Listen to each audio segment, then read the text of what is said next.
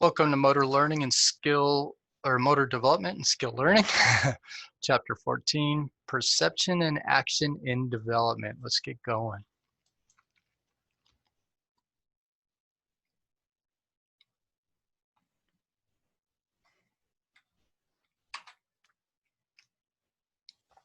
Developmental systems are interrelated. Developmentalists suspect that movement is important to perceptual development. Movement is necessary for coupling and tuning of perception and movement. All right.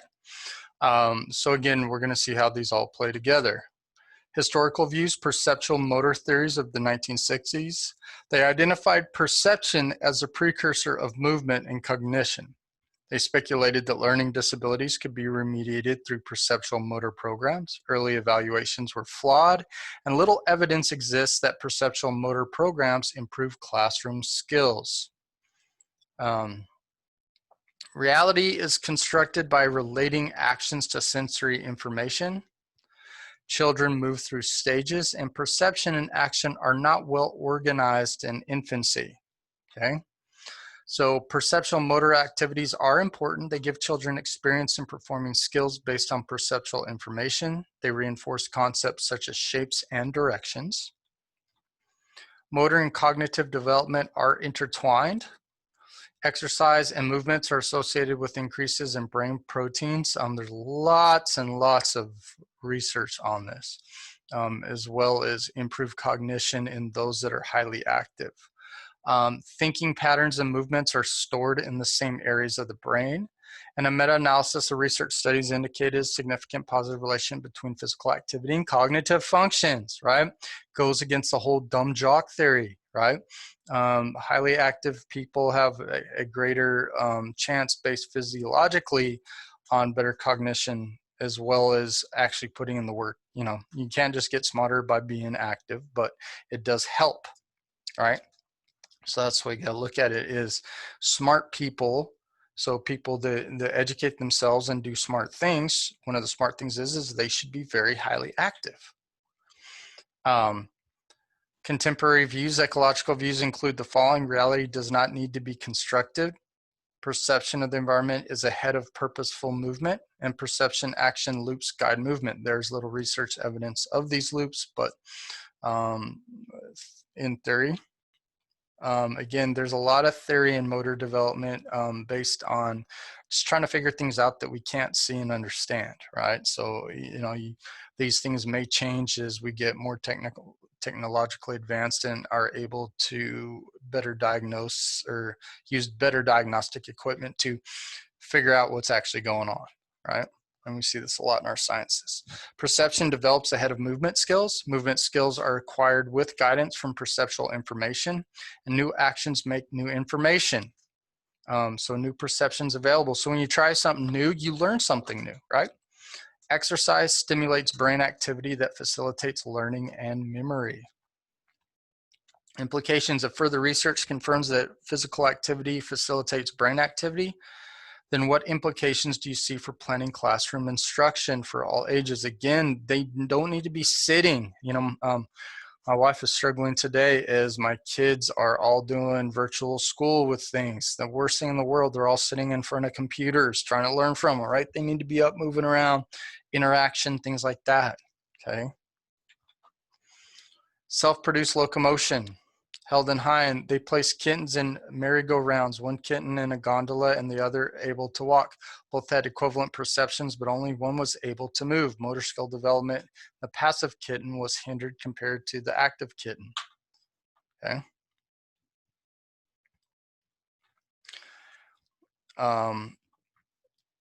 1984 and 88 study. I'm not going to list all their names. You can see them there. Locomotor experience was provided to pre-walkers by baby walkers. Locomotor experience rather than age was associated with response to heights, and perception of spatial relationships was enhanced by locomotor experience.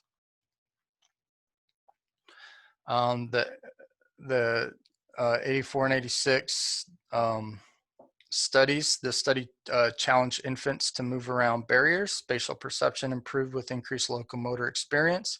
This Gibson 87 study, locomotor experience influenced perception of surfaces and slopes. With increased experience, infants showed more sensitivity to surfaces and slopes. Ecological view, it is the affordance that is perceived.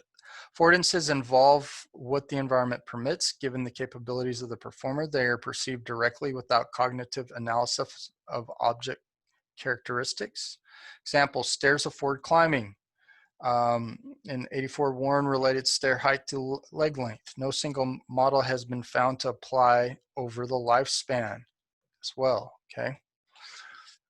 Tool use in the first year, infants use trial and error exploration. Infants relate objects to other objects and to surfaces. Affordances involve relationships between tools and surfaces. Self-generated arm movements is an opportunity for perceptual learning. Tool use facilitates perceptual development. That's why a lot of kids pick things up and bang them against things or throw them or, you know, whatever else. Again, that's why so many baby toys are designed this way. Right? Different affordances between objects and their surfaces. Body scale is a person's size relative to their environment. Body scale changes over lifespan, and scaling of sport equipment and environments allows people of various sizes to perform similar movements. Again, you have a little kid wants to play basketball. If you give them standard basketball with the standard basketball height of 10 feet, they may not really be able to learn a whole lot of skills. Where you scale down the ball and the height of the basket, they're then able to learn those different skills, right? So using body scaling, what are some ways I just explained one, what are some physical education programs? They need to scale things, you know, ball size and height of goals and things of that nature. Again, you know, kindergarten classroom, the things are going to be scaled to the size of the children versus the older kids, right? Accommodating disabilities, what challenges might infants with temporary or permanent physical disabilities face in experiencing normal perceptual development? Again, there's a multitude of things that you could probably think of. And what steps could parents or therapists take to help them compensate? All right, so depending on what the disability is, you know, you figure out different compensations. I mean, you look at the tools that we have for different disabilities, whether it's walkers, crutches, wheelchairs, you know, in the instance of folks that have lower limb disabilities, things like that. You know, somebody that's an amputee might have a prosthesis that has like a hand that has some gripping things that they can do on it, or like a, you know, you see like something that's got more of a grasper or a hook or whatever else, right? Those are all different things that can be done, okay? Learning to use those things, learning to, you know, compensate with using one hand for things that you typically do for two, could be some other things. Movement facilitates perceptual development. Deprivation can put people at risk of deficient perceptual development, and movement experience might influence survival of synaptic connections in early development. Use it or lose it type of principle, right? This involves visual, auditory, kinesthetic input from proprioceptive and vestibular receptors. Posture and balance are maintained in various situations, stationary and moving, or on various body parts and surfaces. Posture and balance are specific to the environment and task constraints. Balance improves throughout childhood and adolescence. The pattern of improvement is task specific. The trend is to rely more on your kinesthetic information and less on visual. And again, have you ever felt that you were moving when you were not? Perhaps car, train, or bus, what systems were in conflict? It's usually what you can see versus what's going on. Again, this is how, you know, like you think there's certain perceptual rides and things, like when you put on virtual reality, you know, you put on virtual reality glasses and it's got you like driving a car, you feel like you're moving even though you're not, right? Contemporary research focuses on what strategies children use to maintain equilibrium in various situations, considers how balance strategies change over the lifespan, and it also acknowledges that static balance depends on sensory feedback, while dynamic balance requires feed-forward control of the body segments. balance during locomotion, we use frames of reference supporting surfaces and gravity. The challenge is to control the many degrees of freedom of movement at the various body joints while you're in motion, right? So stabilize head on the trunk, stabilize head position in space. Consider some surfaces that make balance difficult as you attempt to move across them, things such as balance beams, right? What strategies do you use to compensate and keep your balance? You know, consider not only the surface's covering, but also its orientation and size. You know, you may put your arms out, you may have to do, you know, like think about 1 foot more in front of the other type of thing, a little bit more than you normally do, so on and so forth, right? The ASEAN model, this model identifies 4 time periods: birth to standing, the cephalocaudal direction of muscle control, standing to age 6 years, coordination of upper and lower body, age 7 years through adolescence, the refinement of head stabilization, and adulthood, which refined control of degrees of freedom in the neck. Task of childhood, learning how different frames of reference complement each other during their movements. So improving balance. With walking experience, infants can use a step to regain balance. All ages demonstrate anticipatory postural adjustments when initiating steps. With experience, they get better coordinated. So they go from those wide, like Frankenstein walks to more of a natural gait with more experience and age, right? And older groups, 7 years older, can use gravity as a frame of reference. Younger adults are on movable platforms, use ankle muscles to regain balance after small, slow perturbations or disturbances. They use hip strategy to regain balance after larger, faster perturbation. Older adults take longer to initiate a response to perturbations. They sometimes use opposite patterns of younger adults. What environmental and task constraints can threaten older adults' balance but seem excuse me, to present no problem for younger adults. Again, you might think of things like, you may see older adults have problems on like the moving walkways at a, or like an escalator or something along those lines, right? That, you know, it's a sudden stop, start and stop jerk, you know, that they're not, and they don't, excuse me, that they don't anticipate well, right? You know, uneven surfaces, right?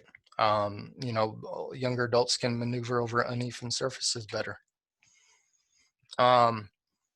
Other difficulties in older adults: change in sensory receptors, possible over-reliance on their vision, and their vision may be losing as they get older.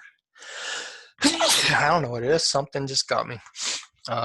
Excuse me, three in a row.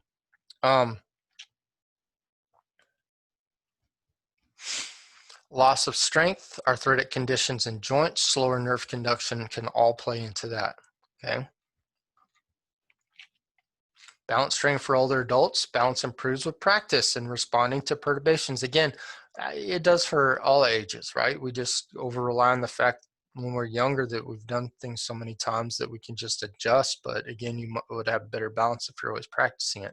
Exercise programs that stress strength and balance reduce falls. So what exercise training equipment is used to practice balance? Again, you know, lower limb movement stuff helps. Adding weights in different hands while they do things can help. Again, you don't want to do anything too complicated to begin, right? So maybe, you know, having them do like squatting type things, you know, without weights, then maybe add weights in different positions will help, you know, and then you can do, you know, like 1 leg over 2 leg movements where they have to rely on the balance. Then, you know, if you get to a point, you can use the balance type equipment, like some of the little balance, you know, like the little squishy pads or balance trainers, you know, different boards and stuff like that. But, you know, you want to work your way up to that, okay? We can observe responses and balance on force plates. When balance is perturbed, perturbable information from one system conflicts with that from another, and when one source of information such as vision is taken away, we see differences, and observation can involve electromyography as well. So summary and synthesis: actions are coupled with perceptions. Movement experience is important too and might facilitate perceptual development. Perceptual system environment interactions demonstrate interdependence of movements and perceptual development. All right, that's it. If you have any questions, that's kind of a quick chapter. We're going to go more over it in class, so don't worry. And you can ask more questions than that as well. All right.